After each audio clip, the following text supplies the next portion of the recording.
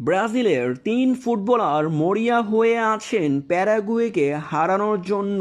সেলেসাওরা ফুরফুরে মেজাজে আছে, যেখানে ইকুয়েডরকে 1-0 গোলে হারিয়ে এবার ব্রাজিল চতুর্থ স্থানে উঠে এসেছে। তবে যদি প্যারাগুয়েকে হারাতে পারে, এমনও হতে পারে শীর্ষ দ্বিতীয় স্থানে ব্রাজিল চলে যেতে পারে। প্যারাগুয়েকে হারাতে যেই তিনজন ফুটবলার এবার পাগল হয়ে আছেন, তাদের মধ্যে একজন হলেন রদ্রিগো। ইকুয়েডরের বিপক্ষে একমাত্র গোল করে ব্রাজিলকে জয় এনে দেওয়া খেলোয়াড়ই হচ্ছেন রদ্রিগো।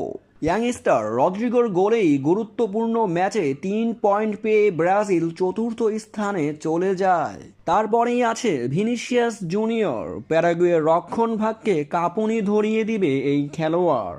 মিনিটে মিনিটে যেখানে বল নিয়ে পৌঁছে যাবে প্যারাগুয়ের গোলকিপারের কাছে, ভিনিসিয়াস জুনিয়রকে ঠেকাতেই ব্যস্ত থাকবে প্যারাগুয়ের খেলোয়াড়রা। 3 নম্বরে আছে ব্রাজিলের ডিফেন্ডার কান্ডারি মার্কিনোস। এই ডিফেন্ডার যে কোনো প্রতিপক্ষের বিপক্ষে বাধা হয়ে দাঁড়ান।